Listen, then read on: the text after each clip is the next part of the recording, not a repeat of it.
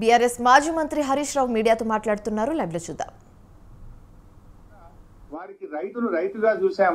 బ్యాంకులో అప్పు తెచ్చుకుంటే ఇచ్చిన మాట ప్రకారంగా ₹1,00,000 రుణమాఫీ బీఆర్ఎస్ ప్రభుత్వం చేసింది.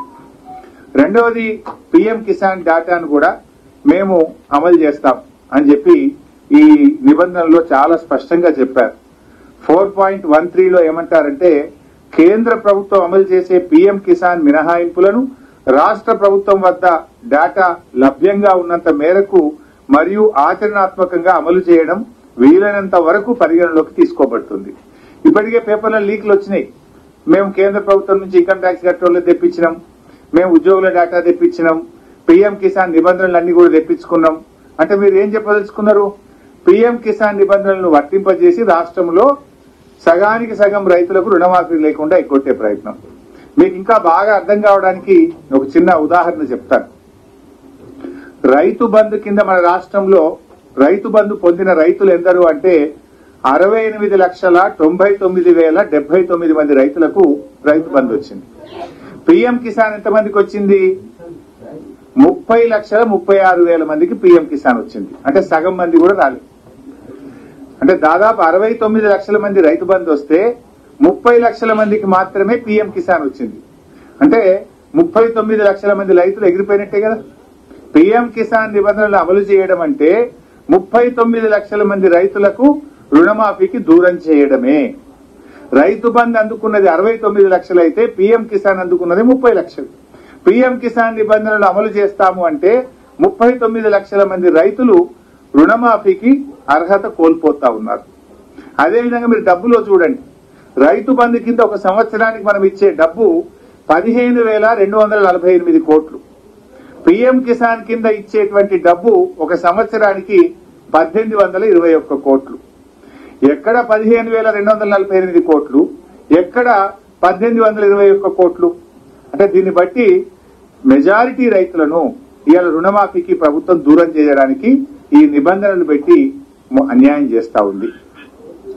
ఇవాళ ఎట్లుందంటే పీఎం కిసాన్ నీకు వస్తలేదా అయితే నీకు రుణమాఫీ కాదు, అంతే కదా. పీఎం కిసాన్ నీకు వస్తలేదంటే నీకు రుణమాఫీ కాదన్నట్టు ఈ నిబంధనలు అంత స్పష్టంగా చెప్పిండు. అంటే అటు పీఎం ఇయ్యడు, ఇటు సీఎం కూడా ఇయ్యడు అన్నట్టు.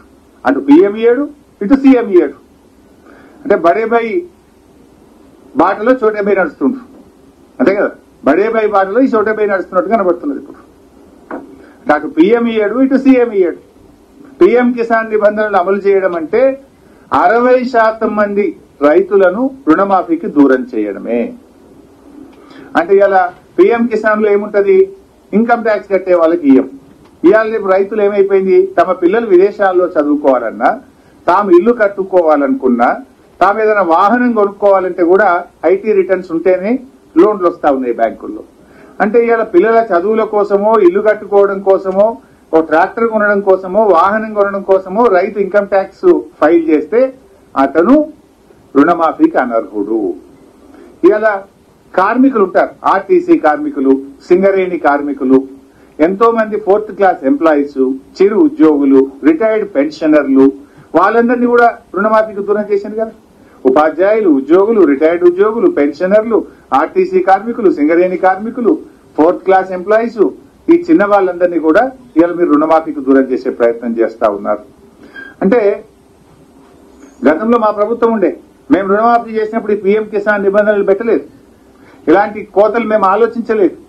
ఆ రోజు ఆయన రైతా కాదా, బ్యాంకులో క్రాప్ లోన్ తీసుకున్నాడా లేదా, పాస్బుక్ ఉందా లేదా, ఉంటే రుణమాఫీ చేయమన్నా. కానీ మీరు ఒకటి కుటుంబం నిబంధన అయితే ఒకరికే రేషన్ కార్డు లేకపోతే నీకు రాదు. పీఎం కిసాన్ నిబంధన, నీకు పీఎం కిసాన్ డబ్బులు వస్తలేవా, నీకు రుణమాఫీ రాదు. ఈ రకంగా మీరు కోతలు పెడతా ఉన్నారు. అంటే రైతుల సంఖ్యను గణనీయంగా తగ్గిస్తున్నటువంటి పరిస్థితి ఉంది. ఇకపోతే 2 లక్షలకు పైగా అప్పు ఉన్నటువంటి రైతులు ఆ అప్పును వాళ్ళు కట్టిన తర్వాతనే రుణమాఫీ చేస్తారట. ఇది ఎక్కడని నాకు అర్థం కాదు. సపోజ్ ఒక రైతు 3 లక్షల రూపాయలు అప్పు ఉంది. ఏమంటుంది ప్రభుత్వం? నువ్వు ఆ 1,00,000 తెచ్చి కట్టినాక నీకు 2 లక్షల రూపాయలు బ్యాంకులో వేస్తాము అంటున్నారు. అంటే ఇలా నీ అప్పు మాఫీ కావడం కోసం బయట 3 రూపాయలకు మళ్ళీ అప్పు తేవాలి. బ్యాంకా ఎట్లా ఇయ్యరు, బ్యాంకులో ఆల్రెడీ అప్పు ఉన్నది. ఈ 1,00,000 రూపాయలు వడ్డీ వ్యాపారుల దగ్గర పోయి రూపాయల మిత్తికో 3 రూపాయల మిత్తికో 4 రూపాయల మిత్తికో ఇవాళ ఈ అప్పు కట్టడం కోసం రైతు కొత్త అప్పు తెచ్చుకోమన్నట్టుగా ఉన్నది ప్రభుత్వ తీరు. ఇవాళంటే ఇంకోటి కూడా ఉంది, ఇలా ఆయనకు అప్పు ఉట్టాలి ఎప్పుడు, ఆయన అప్పు కట్టాలి ఎప్పుడు, నువ్వు మాఫీ చేయాలి ఎప్పుడు అంటే ఆలస్యం అవుతుంది. రుణమాఫీ ఆలస్యం కూడా జరుగుతుంది. ఇలాంటి షరతులు అవసరం లేదు. మీరు 2 లక్షల రూపాయలు రుణమాఫీ చేస్తామన్నారు. అతని అప్పు 3 లక్షలుందా, 4 లక్షలుందా, 2.5 లక్షలుందా మీకు అనవసరం. మీరు నేరుగా 2 లక్షల రూపాయలు రైతు ఖాతాలో జమ చేయండి. ఇచ్చిన మాట ప్రకారంగా 2 లక్షలు రుణమాఫీ చేయండి. కానీ నువ్వు అప్పు చెల్లించిన తర్వాతనే మేము ఈ 2 లక్షలు చెల్లిస్తాము అంటే ఇది రైతులకు మోసం చేయడం, రైతులకు ఆలస్యం చేయడం. ఆలస్యం అయితే ఏమైతుంది? సపోజ్ ఆయన 1 లక్ష రూపాయల అప్పు అదనంగా ఉంది, అది కట్టాలి. ఆ అప్పు కోసం ఆయన తిరిగి 2 నెలల్లో 3 నెలల్లో ఆ 1 లక్ష రూపాయలు తెచ్చి బ్యాంకులో కట్టాలంటే ఈ 3 నెలల్లోపు అతని వడ్డీ పెరిగిపోదా? అతని మీద మళ్ళీ మిత్తి భారం పడదా? నువ్వు ఇచ్చే 2 లక్షలు ఇచ్చేస్తే అట్లీస్ట్ అతని వడ్డీ భారం అన్న తగ్గిపోయేటువంటి అవకాశం ఉంటుంది. అంటే ఒక రకంగా ఇది ప్రభుత్వం రైతు రుణమాఫీని ఆలస్యం చేసేటువంటి ప్రయత్నం, రైతులను తిరిగి అప్పుల పాలు చేసే ప్రయత్నం. ఇవాళ 2 లక్షల మాఫీ అయితే అతనికి మళ్ళీ క్రాప్ లోన్కి ఎలిజిబిలిటీ వస్తుంది. కానీ నువ్వు 2 లక్షల పైన ఉన్న అప్పులు కట్టాలంటే వడ్డీ వ్యాపారులను ఆశ్రయించి తిరిగి అప్పుల ఊబిలోకి రైతులు నెట్టినటువంటిదే తప్ప ఇందులో రైతులకు మేలు జరగదు. ఇంకోటి ఏంటంటే బ్యాళ్లకి ఈ ప్రభుత్వం వచ్చిన తర్వాత కరువు పరిస్థితులు, మన నల్గొండ, మహబూబ్ నగర్, ఖమ్మం జిల్లాలో కృష్ణానదిలో నీళ్లు లేక పంటలు లేవు. పోయిన సంవత్సరం పంటలు లేవు. అదేవిధంగా ఉత్తర తెలంగాణలో అకాల వర్షాల వల్ల ఉన్న పంటలన్నీ పోయినాయి. రైతులకు మీరు ఇచ్చేటువంటి ఇన్పుట్ సబ్సిడీ ఇవ్వలేదు ఇప్పటిదాకా. మీరు రైతు భరోసా డబ్బులు ఇవ్వకపోతే పైగా ఇప్పుడు నువ్వు ఈ అప్పు నువ్వు కట్టినాకనే 2 లక్షలు ఇస్తాము అంటే ఇది రైతులకు తీవ్రమైనటువంటి అన్యాయం చేయడం, ఆలస్యం చేయడం, వడ్డీ పెరిగి రైతుల మీద భారం వేయడం తప్ప ఇంకోటి కాదు.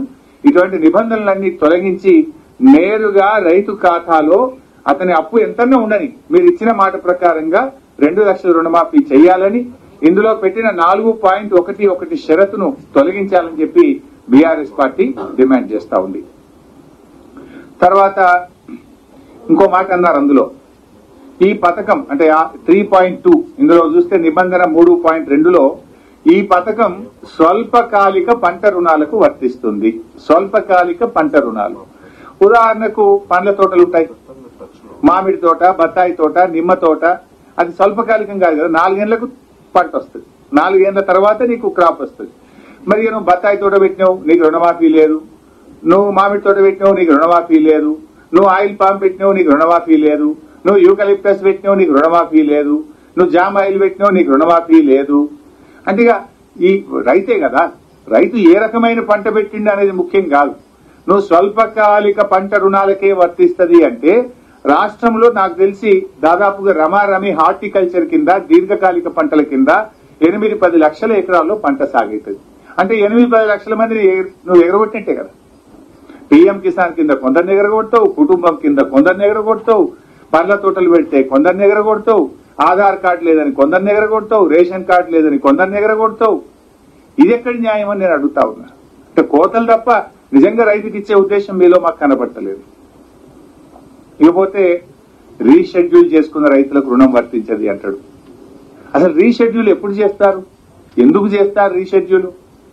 తీవ్రమైనటువంటి కరువు పరిస్థితులు ఉన్నప్పుడు, రైతు డిస్ట్రెస్ లో ఉన్నప్పుడు, వరదలు వచ్చి పంట పొలాలన్నీ కొట్టుకుపోయి ఇసుక మేట వేసినప్పుడు, రైతు అప్పు కట్టలేని పరిస్థితుల్లో ఉన్నాడు, రైతు తీవ్రమైనటువంటి కష్టాల్లో ఉన్నాడు, రైతు ఇబ్బందుల్లో ఉన్నప్పుడు ఈ రుణాలు రీషెడ్యూల్ చేయడం జరుగుతుంది. అసలు నిజానికి వాళ్ళు ఇంకా ఎక్కువ కష్టాల్లో ఉన్నటువంటి వాళ్ళు ఇంకా ఎక్కువ ఇబ్బందుల్లో ఉన్నటువంటి వాళ్ళకు రుణమాఫీ లేదనడం ఏంటంటే నాకు అర్థం కాదు. ఇది ఎక్కడి పద్ధతి అండి? అయినా రీషెడ్యూల్ చేయమని రైతు దరఖాస్తు పెట్టిండా? మీరు చేసింది, బ్యాంకులు చేసినాయి, ప్రభుత్వం రీషెడ్యూల్ చేసింది. మీరు చేసిన రీషెడ్యూల్ కు రైతుకు ఎందుకు శిక్ష అని నేను అడుగుతా ఉన్నా. రీషెడ్యూల్ చేయమని రైతుకి దరఖాస్తు పెట్టిండా? రైతు క్రాప్ లోన్ తెచ్చుకున్నాడు. ఆ రైతుకు వచ్చిన కష్టాన్ని చూసి, కరువు పరిస్థితులను చూసి, అకాల వర్షాలను చూసి మీరు రీషెడ్యూల్ చేసినారు. మీరు రీషెడ్యూల్ చేస్తే శిక్ష రైతుకు ఎందుకు? అసలు ఇది ఎవరైనా పెడతారా? అసలు అందరికంటే మోస్ట్ డిజర్వింగ్ రీషెడ్యూల్ చేసుకున్నటువంటి రైతులు, కష్టాల్లో ఉన్నటువంటిది అతను, నష్టపోయినటువంటి వ్యక్తి అతను. ఆ రైతుకు రుణమాఫీ చేయడం అని చెప్పడం అంటే ఇది ఒక రకంగా ఈ రైతులకు తీవ్రమైన అన్యాయం చేయడం, రైతుల సంఖ్యను తగ్గించడానికి, రుణమాఫీ డబ్బును తగ్గించడానికి ప్రభుత్వం చేసిన కుట్రగా మేము చూస్తా ఉన్నాం. ఇంకో మాట అన్నారు, ఎవరైనా రైతు బుద్ధిమంతుడు, ఆయన సకాలంలో తీసుకున్న అప్పు కట్టిండి అనుకో, ఆయనకు రుణమాఫీ ఇయ్యమంటున్నారు. కొంతమంది ఏమైందంటే పిల్లలు అమెరికా పోవాలి, బ్యాంకులో లోన్ కావాలని వెళ్తే బ్యాంక్ ఏమంటాడు, నువ్వు 50,000 క్రాప్ లోన్ తీసుకున్నావు, ఆ 50,000 కట్టనే నీ కొత్త బ్యాంక్ లోన్ ఇస్తా, నువ్వు నీ డ్యూ ఉన్నది, నీ లోన్ బ్యాంక్ లో డ్యూ ఉండగా కొత్త లోన్ ఇవ్వను అంటాడు. పాపం ఆ రైతు ఆ డ్యూ కట్టేసింది 50,000, ఇవాళ ఆయనకు రుణమాఫీ రాదంటే ఎట్లా? ఓ ఇల్లు కట్టుకోవాల్సి ఉంటది, లేదా ఒక ఆసుపత్రి ఏదైనా అత్యవసరం పడి దవాఖానకు ట్రీట్మెంట్ కోసం డబ్బులు అవసరం ఉంటాయి. బ్యాంకులో ఆయన అప్పు తీసుకోవాలంటే పాత అప్పు క్రాప్ లోన్ తక్కువ ఉంటుంది, 40,000 50,000 కట్టేసి 1,00,000 కట్టేసి ఆయన కొత్తగా అప్పు తెచ్చుకుంటే నువ్వు ఆల్రెడీ క్రాప్ లోన్ కట్టేసినావు కదా, నీకు రుణమాఫీ వర్తించదంటే ఎట్లా? ఇది కూడా ఆలోచించి, ఇది ఎందుకంటే రైతును పాపం సానుభూతితో చూడాలి. రైతులు ఆయన ఈ పీరియడ్ మీరు అన్న పీరియడ్ లో కట్టి ఉన్నా కూడా క్రాప్ లోన్లు ఇచ్చిన మాట ప్రకారంగా రుణమాఫీ చేయాలని చెప్పి కూడా మేము కోరుతా ఉన్నాం. ఇంకో మాట ఏమన్నారు, జేఎల్జీ, ఎస్హెచ్జీ, ఎఫ్పిఓ కౌలుదారులకు రుణమాఫీ వర్తించదు అన్నారు. Joint liability group, self help group, farmer producer organisation, ఇవి నిజానికి వీళ్ళని బాగా ఎంకరేజ్ చేయాలి. ఇందులో ఎవరుంటారు ఎక్కువ? ఇందులో ఉండేటువంటి 4 గ్రూపుల్లో దళిత రైతులు, గిరిజన రైతులు, బలహీన వర్గానికి చెందినటువంటి రైతులు, చిన్న చిన్న కమతాలు ఉన్నటువంటి రైతులు ఇందులో ఉంటారు. వాళ్ళు ఏం చేస్తారు, అందరూ ఒక గ్రూప్ గా ఏర్పడి వాళ్ళు పంట పండిస్తారు. అసైన్ ల్యాండ్స్ ఉంటాయి ఇందులో. దళిత గిరిజన రైతులు, చిన్న కమతాలు ఉన్న రైతులు ఒక సంఘంగా ఏర్పడి, ఒక గ్రూప్ గా ఏర్పడి వాళ్ళు సాగు చేస్తారు. నిజానికి ప్రభుత్వాలే ఎంకరేజ్ చేసినాయి. రాష్ట్ర కేంద్ర ప్రభుత్వాలే మీరు ఎఫ్పిఓలు ఏర్పాటు చేసుకోండి, మీరు జేఎల్జీలు ఏర్పాటు చేసుకోండి అని వ్యవసాయ శాఖ అధికారులు, రాష్ట్ర కేంద్ర ప్రభుత్వాలే వాళ్ళని గ్రూపులుగా ఏర్పడమని, మీరు ఉమ్మడి వ్యవసాయం చేయండి అని ప్రభుత్వాలే ప్రోత్సహించినాయి. మీరే ప్రోత్సహిస్తారు. మీ మాట విని గౌరవించి వాళ్ళు జేఎల్జీగా ఎఫ్పిఓగా సాగు చేసినందుకు మీకు రుణమాఫీ వర్తించదంటే ఇది మీ మాట విన్నందుకు శిక్షణ? మీ మాట విన్నందుకు మీరు రైతులకు వేసే శిక్ష అని అడుగుతా ఉన్నాను నేను. అందులో ఉన్నది దళిత వర్గాలు, గిరిజన వర్గాలు, బలహీన వర్గాల రైతుల పట్ల మీకుండే ప్రేమ ఇది సరి అయిందా అని నేను అడుగుతా ఉన్నా. ఈ నిబంధనను తక్షణమే ఉపసంహరించుకొని వారందరికీ కూడా రుణమాఫీ వర్తింపజేయాలని బీఆర్ఎస్ పార్టీ డిమాండ్ చేస్తా ఉంది. Let me complete. అరే ఏమవుతుందా ఉందా? మా సునీతమ్మ గారు అంటున్నారు ఉపాధి హామీ కార్డు ఉంటే కూడా ఇవ్వమంటున్నారట. కార్డు లేకపోతే ఇయ్యరా? ఇంకో పాయింట్, ఎప్పుడైనా కట్ ఆఫ్ డేట్ ఉంటుంది లోన్ వేవర్. మేము 2014లో మా ప్రభుత్వం వచ్చినప్పుడు, మా ప్రభుత్వం అధికారంలో వచ్చిన తేదీ నాటికి ఎంతమందికి అయితే రుణాలు ఉన్నాయో వారందరికీ ₹1,00,000 మాఫీ చేస్తాము అన్నాం. అంతే తప్ప గత ప్రభుత్వం మేమేం చెయ్యము, అంతకు ముందు మేమేం చెయ్యము అని ఎప్పుడు కూడా అనలేదు. స్టార్టింగ్ డేట్ ఉండదు, ఎండింగ్ డేట్ మాత్రమే ఉంటది. కానీ వీళ్ళు ఏం చేసిందంటే డిసెంబర్ 2018 అంటే 12th డిసెంబర్ 2018 కంటే ముందు తీసుకున్న రుణాలకు మాఫీ ఉండదు అంటున్నారు. ఇట్లా మీరు అప్పుడు చెప్పిండ్రా? ఎన్నికల మేనిఫెస్టోలో ఏం చెప్పారు? రైతులందరికీ 2 లక్షల రుణమాఫీ చేస్తామన్నారు. రాష్ట్రంలో 2 లక్షల రూపాయల వరకు రైతులందరికీ రుణమాఫీ చేస్తామన్నారు. కానీ ఇప్పుడు ఏమంటున్నారు? 12th డిసెంబర్ 2018 కంటే ముందు తీసుకున్న రుణాలకు వర్తించదు అంటే ఇవాళ కొంతమంది రైతులకు కోత పెట్టడమే కదా ఇది. అప్పుడు ఆ రోజు మేము ₹1,00,000 మాఫీ చేసినాం. ఎవరైనా 1,00,000కి పైగా తీసుకున్న వాళ్ళు ఉంటే వాళ్ళకి మాఫీ జరగద్దా? ఆ రోజు మేము ₹1,00,000 వరకు ఉన్న రుణాలన్నీ మాఫీ చేశాం. మీరు 2018 డిసెంబర్ కంటే ముందున్న వాళ్ళకు రుణమాఫీ వర్తించదు అనే నిబంధన కొంతమంది రైతులకు ఇది తీవ్రమైన అన్యాయం జరుగుతుంది. ఇది కోతలు పెట్టే కార్యక్రమం తప్ప మానవత దృక్పథంతో రైతులందరికీ సాయం చేసేటువంటిది కాదు అని చెప్పి దీన్ని కూడా ఉపసంహరించుకోవాలి. మీరు పెట్టిన కట్ ఆఫ్ డేట్ మీ ప్రభుత్వం అధికారంలో వచ్చిన నాటికి పెట్టండి, కానీ ముందు డేట్